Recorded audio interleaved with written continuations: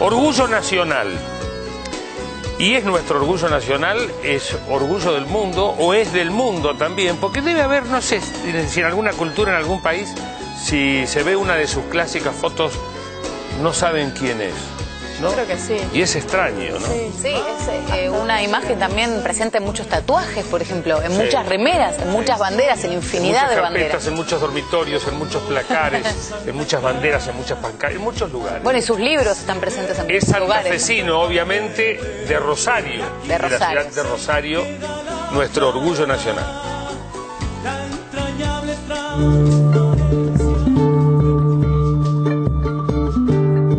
El 14 de junio de 1828 nació en Rosario el líder revolucionario que entregó su vida a la lucha contra el imperialismo y se comprometió hasta la muerte con la igualdad de los pueblos y la liberación de Latinoamérica, Ernesto Che Guevara.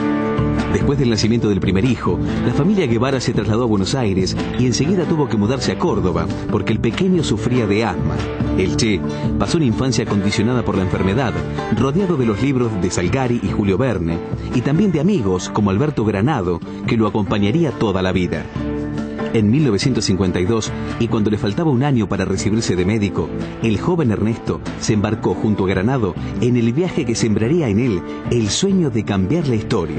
Recorriendo Chile, Perú, Colombia y Venezuela, los jóvenes vieron de cerca la desigualdad que vivían los pueblos latinoamericanos, y el Che comenzó a delinear su misión en esta tierra. Pero antes tenía que terminar su carrera. Entonces regresó a Buenos Aires, se recibió de médico y después sí, el Che retomó el camino sabiendo que su destino estaba allá afuera, levantando al pueblo dormido.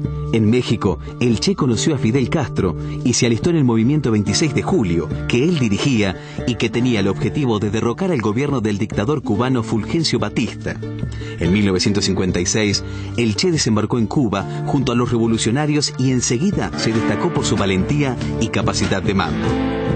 Así, en 1957, Fidel Castro lo puso al frente de la cuarta columna con el cargo de comandante Che Guevara. El Che fue uno de los grandes protagonistas del triunfo de la Revolución Cubana, consumada el 31 de diciembre de 1959, y del establecimiento del nuevo Estado cubano, del que formó parte hasta 1965, año en el que se despidió hasta la victoria siempre, para continuar con la misión que para él recién había comenzado. El Che quería llevar la revolución al mundo y en especial a Latinoamérica. Por eso en 1966 se instaló en Bolivia y desde allí pensaba levantar el resto del continente. Sin embargo, su sueño fue truncado el 9 de octubre de 1967, cuando fue capturado y muerto a manos del ejército boliviano. Ese día concluyó una era, pero también nació un mito. Una figura inmortal que ha trascendido fronteras y ha inspirado a políticos, pensadores y militantes que aún hoy sueñan con transformar el mundo en un lugar mucho más justo. Argentino, cubano, pero por sobre todo latinoamericano. El Che Guevara, símbolo de la revolución, hoy es nuestro orgullo nacional. Muy bien. Y estamos, a mí me parece mentira, digo que me parece mentira, mano a mano con el hermano. Sí. El hermano menor de que además Che. se parece. Juan Martín. Gracias. Aparte, Juan Martín? es como, ¿no? Que yo me imagino este diálogo, ¿sos hermano del Che Guevara? Y vos me decís, sí. Yo te digo, me estás cargando. ¿No? Exactamente es así el diálogo. Es así. Así te pasa seguido. Es así, Sí, claro. si querés te cuento una. Dale. Estaba con un amigo y entonces vamos a un taller mecánico, estaba en el auto de él. Entonces va y le dice, y pone la cara así, dice que sos el hermano de Che, siempre mintiendo.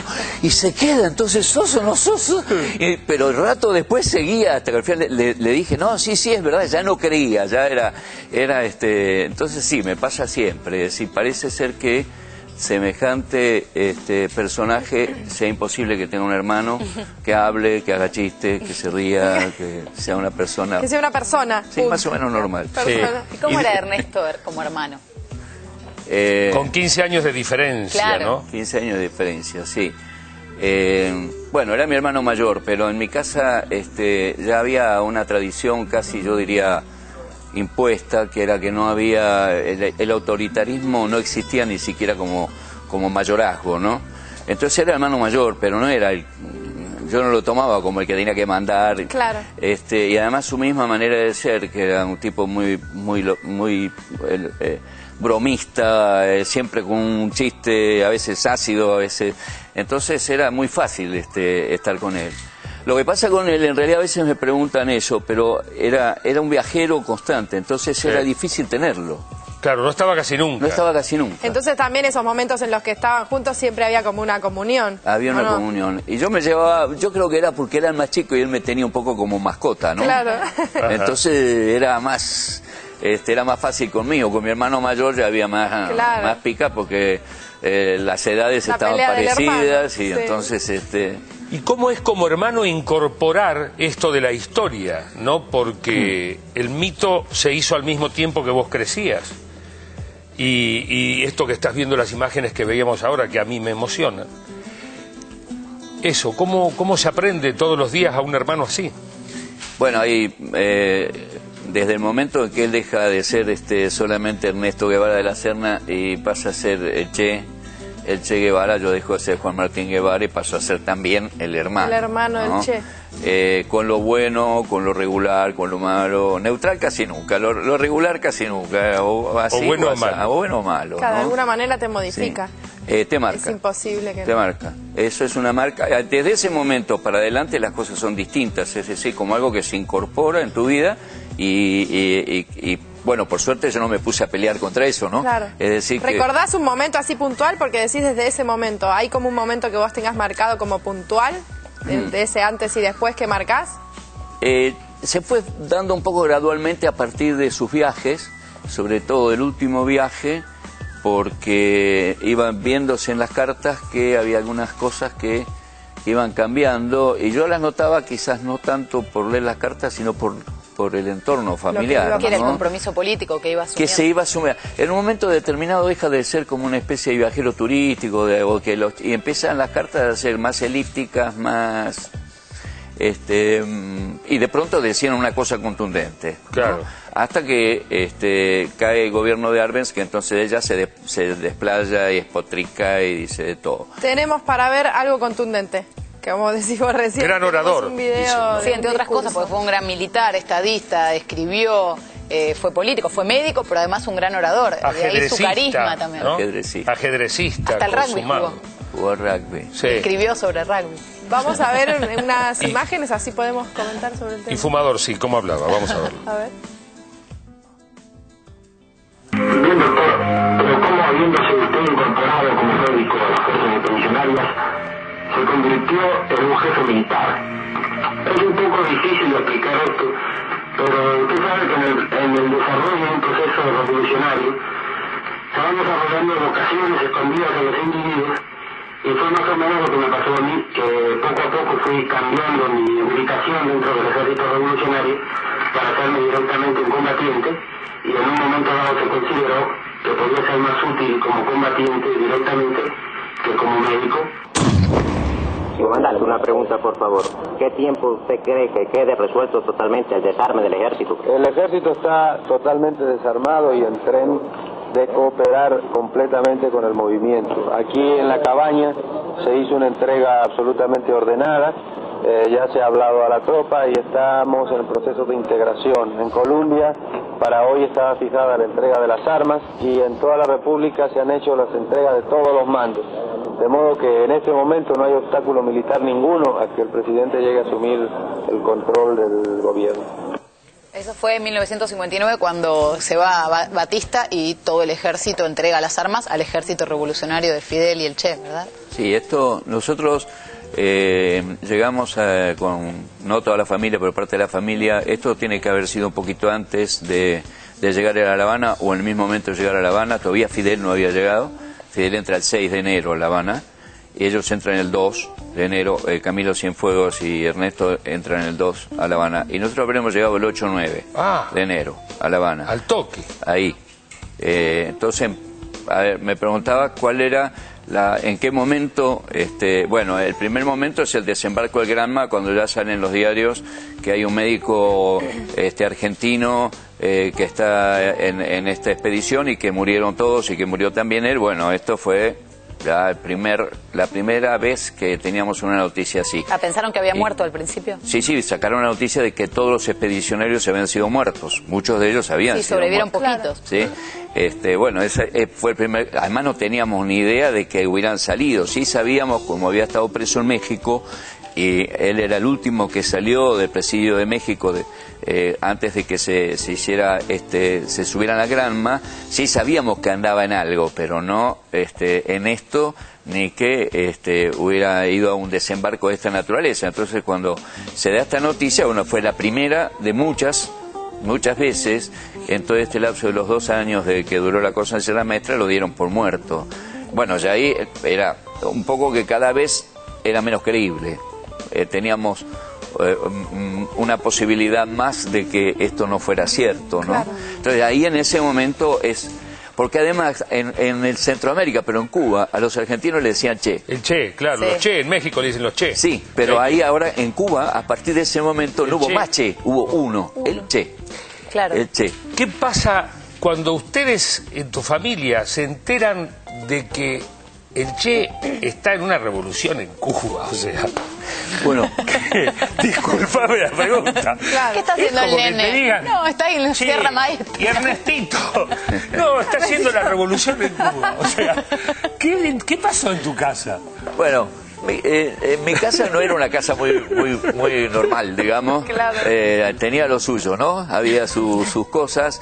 Si querés después te cuento algunas, como para que tengas una idea de dónde sale esta persona que llega a ser excepcional, de una casa que era una casa de la Argentina, de porteños. En realidad no éramos todos porteños, pero por lo menos vivíamos en Buenos Aires durante un tiempo, él en Córdoba, acá, allá, etcétera. Pero esa noticia, por supuesto, no era una noticia cualquiera, y sobre todo cuando nosotros llegamos a La Habana y vimos lo que era eso, ¿no? Sí, y vivimos lo que era esa revolución, nos dimos cuenta de que, bueno, estábamos ante algo que era muy importante y que él participaba, ¿no?, de esto tan importante. Lo difícil era haber dejado un hermano con el cual todo era como hermano. Claro. Y todas las bromas y todo, sí. Y de pronto encontrarse con un comandante. Y cuando había gente delante yo no podía ponerme a hacer las mismas bromas, ¿no? Sí, bueno. Pero cuando ya se iba la gente dejaba de ser el comandante. Sí, claro, yo no iba. ¿Qué comandante? El comandante con los demás, conmigo no. Entonces era esta cosa doble. Sí. Hay imágenes familiares. De un encuentro familiar en Punta del Este. Fue el último de la familia. Punta del Este fue la última vez que estuvimos juntos, en el año 61. Que forma parte de la película de Tristan Bauer, ¿no? Exacto. El hombre nuevo. Sí, el hombre nuevo. Vemos las imágenes, dale. Conocido e inédito hasta hoy, aún conserva el momento en que se reúne por última vez con sus padres, sus hermanos y su tía Beatriz.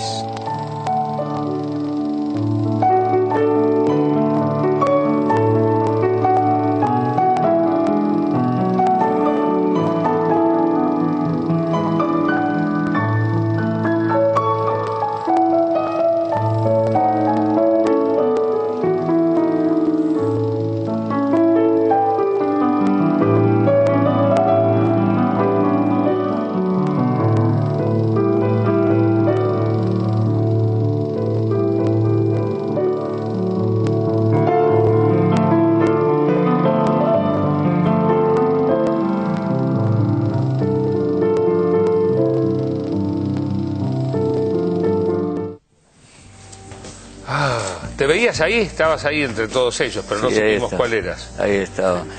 Seguramente como gente de las cámaras, ustedes habrán visto que se movía mucho eso, así que debía ser el viejo, porque en mi casa podía faltar cualquier cosa menos cámara.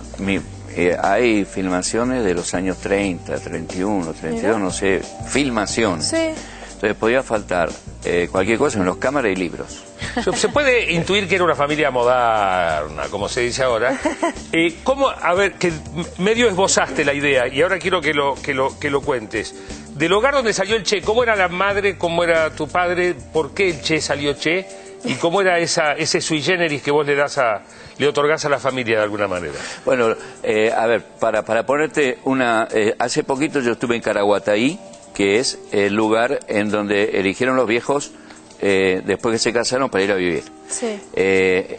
Medio de la selva, dicen puerto, no hay puerto. Todo verde, todo selva, todos los mosquitos que te puedas imaginar. Una cosa, hoy, en el año 28...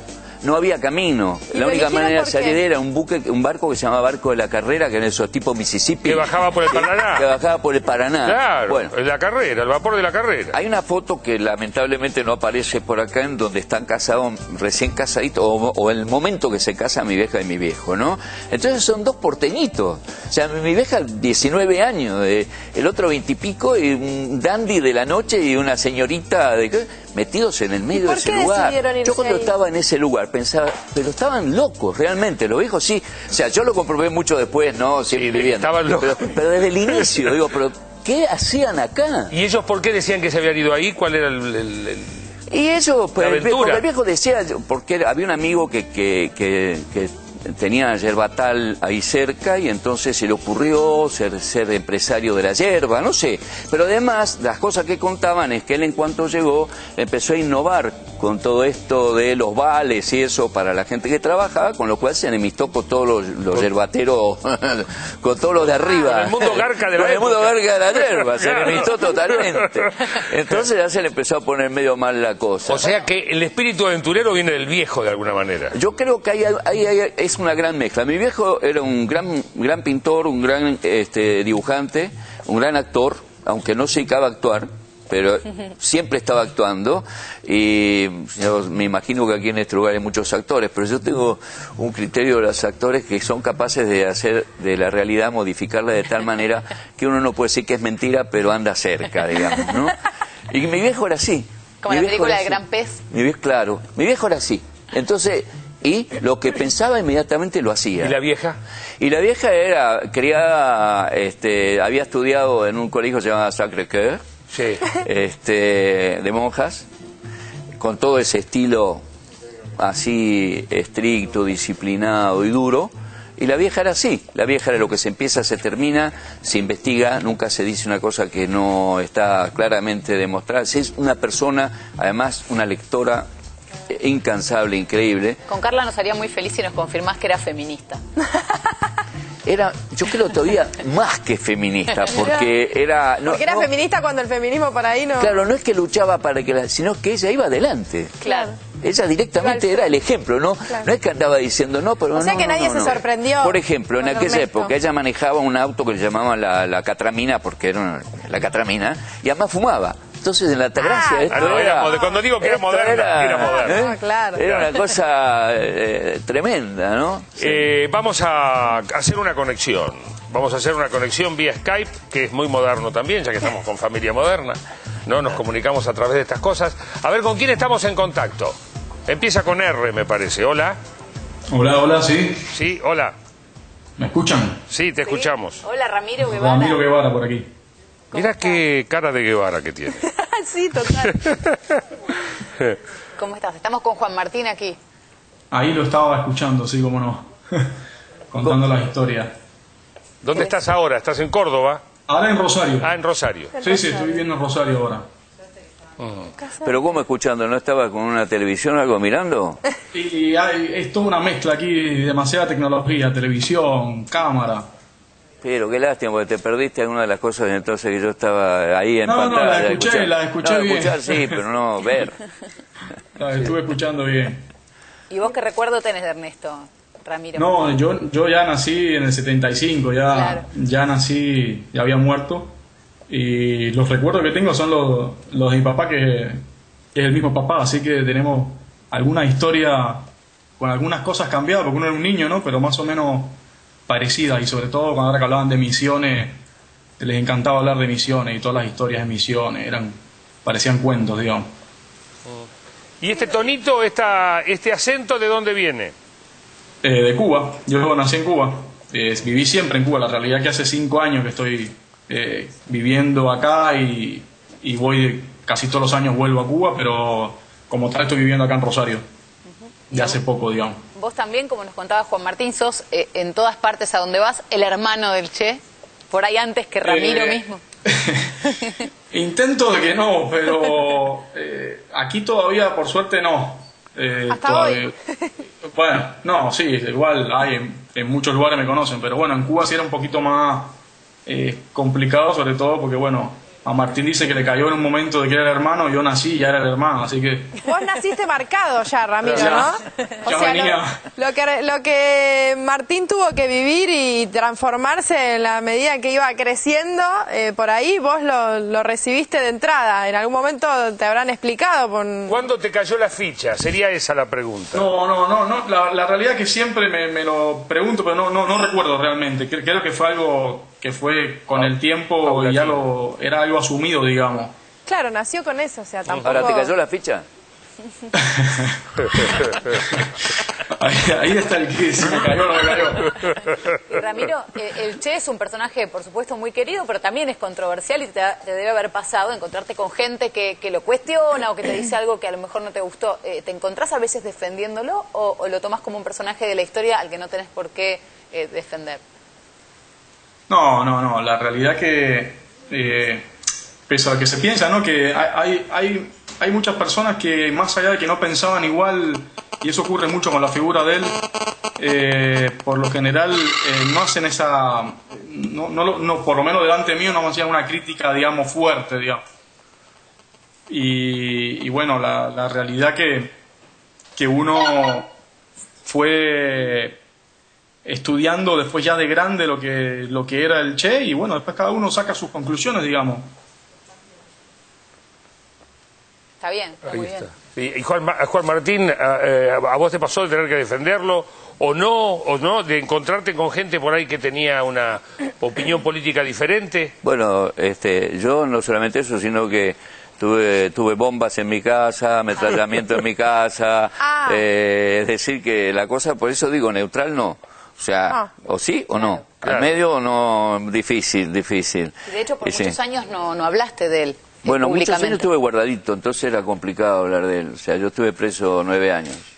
Entonces, en esos años... Sí, acá. ¿Por qué? ¿Por qué? ¿En qué momento? Me agarraron llevando una gallina acá abajo. Yo decía, yo no la robé, pero... Bueno, dicen que por hermano de Che... No, en realidad yo estaba en una se llamaba Frente Antiimperialista por el Socialismo, en épocas en que ya empezó a cambiar la cosa, con las 3A y demás.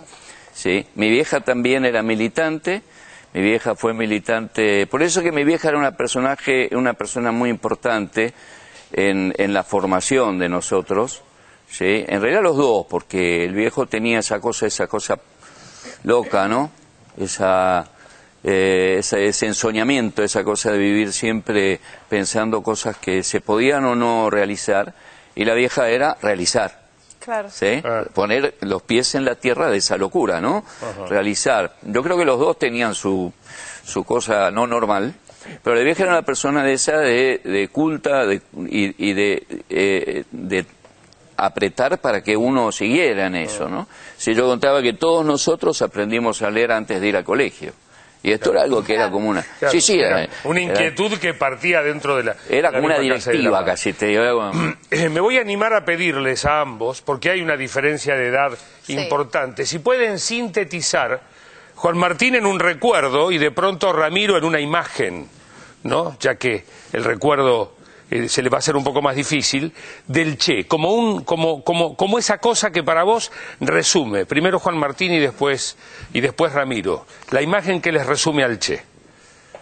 Bueno, la imagen que yo tengo es una imagen tremendamente guardada así en la cabeza, en la retina, en el sentimiento, es el reencuentro, sobre todo el reencuentro mío, pero el reencuentro con la vieja, en La Habana. Sí, Camilo, que era el único Camilo Cienfuegos. Cienfuegos, sí, el hombre del sombrero. El hombre del sombrero, el único compañero de él y tipo que podía hacerle los chistes que se le diera la gana, tenían una relación muy de compañerismo. Y entonces él fue el que nos hizo subir a un avión en el cual iban todos los exiliados que había en la zona hacia Cuba, porque bueno, el Batistato hizo 20.000 muertos, o sea que había además muchísimos miles que estaban exiliados. Y entonces no le dijo nada a Ernesto, y le avisó cuando estábamos llegando, que ahí viene tu familia, en un avión. Entonces, allá fue al aeropuerto. Y bueno, ese encuentro con la vieja corriendo llevándose cables por delante porque había luces, porque estaban filmando, y ese abrazo que no terminaba, es una cosa que yo la veo en las fotos, pero es que las fotos no, de nuevo me sensibiliza, de nuevo me pone la piel de gallina de acordarme de ese día. No sé, esa cosa, ¿no? Era una cosa como que se hacía en una sola persona. ¿Y cuál será para Ramiro entonces esa imagen que te resume al Che, Ramiro? Sí, estaba justo pensando que en el caso mío no es solo una imagen, digamos. Yo creo recientemente estábamos haciendo una exposición de fotos de la infancia y para mí es una serie de imágenes, digamos, y evidentemente lo relaciono con la infancia, porque además veo a mi padre y veo a los hermanos, veo a todos y ahí creo que donde más siento el cariño ese familiar al que cuando los veo, digamos. Entonces me parece que es una serie de fotos donde evidentemente me recuerda a la niñez también, digamos. Mira vos. Está muy bien. Bueno, también Ramiro se parece mucho, porque por una cuestión de edad se parece más a la imagen del Che que todos tenemos, porque nunca llegó a la edad de Juan Martín. Yo quería preguntarte por qué él, además de todo lo que tenía como militar, como político, de todo lo que escribió, dejó un concepto muy bello que es el del hombre nuevo, que es esta persona que más allá de las revoluciones que puede o no hacer, cambia primero su forma de ser y se transforma en un hombre mejor. ¿Era así? ¿Ernesto era un buen tipo, un hombre nuevo, un hombre mejor? Bueno, yo, una de las cosas que por las que comencé después de mucho tiempo de no abrir la boca, y lo hice yo, mis hermanos por ahí no se han decidido aún, a lo mejor todavía tienen tiempo.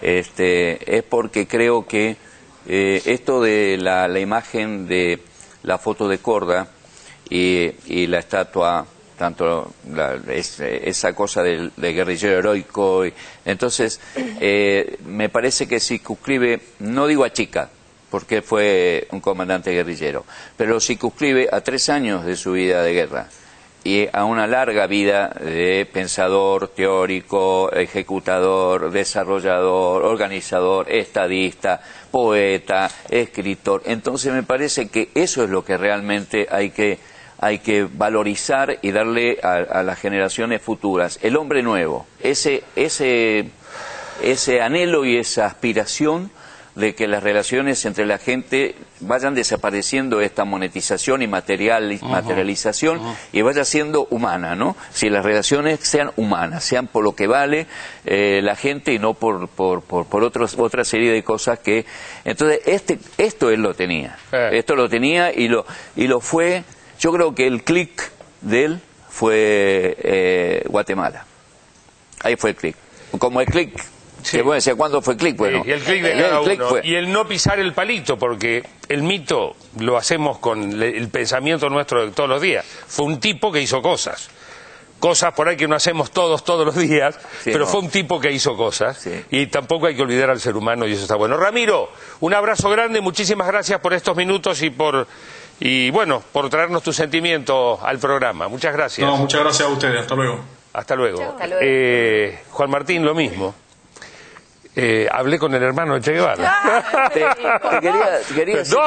Te quería decirte una cosa sobre lo que está haciendo Ramiro, ¿sí? Y que tiene que ver con que también yo esté aquí, que por supuesto que les agradezco yo a ustedes que me hayan invitado, pero que hace ya un tiempo, casi 1 año y pico, hay un proyecto que se comenzó a desarrollar que se llamó Los Caminos de Che. Entonces este proyecto, que al principio empezó como una cosa turística, fue creciendo y se ha hecho ya algo cultural y con un desarrollo mayor. Y Ramiro está en Rosario, en un centro que se llama Centro Latinoamericano, Centro de Estudios Latinoamericanos Che Guevara. Incorpora algunas cosas más que museo, ¿sí? Pero está dentro más o menos de esto, es decir, que él también está haciendo desde Rosario, por esto del hombre nuevo y por esto del pensamiento, ¿no? Es un hombre admirable, no todos tienen por ahí la idea o la posibilidad de agarrar un fusil y liberar un país o de sentir que lo están liberando, pero sí de ser personas mejores, eso está al alcance de todos. Juan Martín, muchísimas gracias. No, gracias a ustedes, muchísimas gracias a ustedes.